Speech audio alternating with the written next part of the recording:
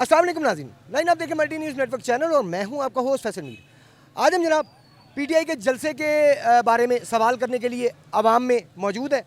देखते हैं आवाम की क्या राय है। अस्सलाम वालेकुम। वालेकुम अस्सलाम जी। क्या हाल है जी आप? अल्हम्दुलिल्लाह खैरियत से। जी भाईजान, आप आपसे यही सवाल है कि क्या जो सा होने जा रहा है जिसका इमरान खान साहब ने ऐलान किया हुआ है, क्या वो कामयाब होगा आपकी नज़र में? देखिए, उनका जो इस बारे में एजेंडा है, जिस एजेंडे के तहत वो आना चाह रहे हैं, वो उनका इम्पोर्टेड हुकूमत के ख़िलाफ़ है, जिस पर वो कह रहे हैं कि जी इम्पोर्टेड हुकूमत नामंजूर है। जाहिर सी बात है, इस किस्म के लॉन्ग मार्च पहले भी बहुत कॉल होती रही, पहले भी बहुत एजेंडे होते रहे। मेरा ज़ाती ख्याल ये है कि मुल्क के मामलात ज़्यादा डिस्टर्ब होते हैं, एजेंडा कुछ हद तक फुलफिल होता है, कुछ हद तक नहीं होता, लेकिन बस ये है कि एक आवाम का आपको रिस्पांस पता चल जाता है कि जी लोग क्या हैं, किसकी हक में है, किसके साथ है, किसके नहीं है। लेकिन अल्टीमेटली आपने कामयाबी की बात की, जो एग्जैक्ट उनकी कामयाबी है कि जी हुकूमत निकल आए, हट जाए यहाँ से, री इलेक्शन का वो चाह रहे हैं। आई पर्सनली डोंट थिंक ये स्ट्रेट अवे एक डिसीजन की तरफ मामलात जाएंगे। It's going to take time, but let's see. It's unpredictable. It's unpredictable. जी ऑब्वियसली बिल्कुल कामयाब होगा जलसा, इसकी उम्मीद तो है, लेकिन कुछ काम जो उनसे इमरान खान के हैं वो भी ठीक नहीं है। क्योंकि जब तहरीक लब्बैक का जलसा हुआ था तब इन्होंने कहा जी इसको काला दम करार दो, ये करो वो करो, लेकिन ऐसा इनको नहीं करना चाहिए था। क्योंकि अब इनकी बारी जब जलसे की आ गई तब को नहीं पूछने वाला कि इनको रास्ते बंद होंगे, लोग किधर जाएंगे, ये होगा वो होगा।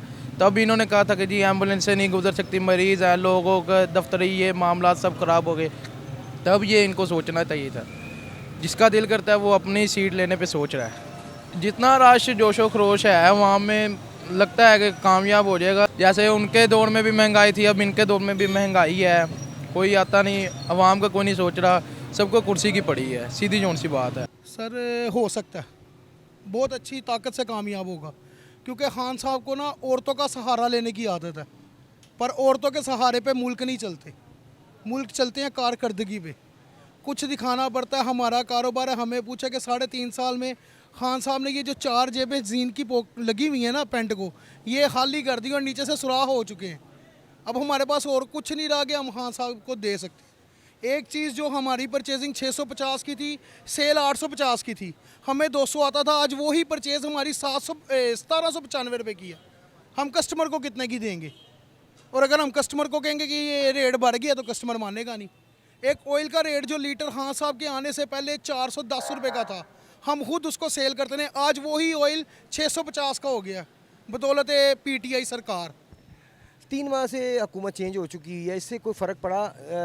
शहबाज शरीफ साहब आ चुके हैं वज़ीर आज़म, एज ए वज़ीर आज़म, इससे कोई फ़र्क पड़ा कारोबार में? कुछ बेहतरी आई? सर इससे रेट तो नीचे नहीं आए, झूठ बोलना नहीं, रेट नीचे नहीं आए, लेकिन कस्टमर का रुझान होना शुरू हो गया।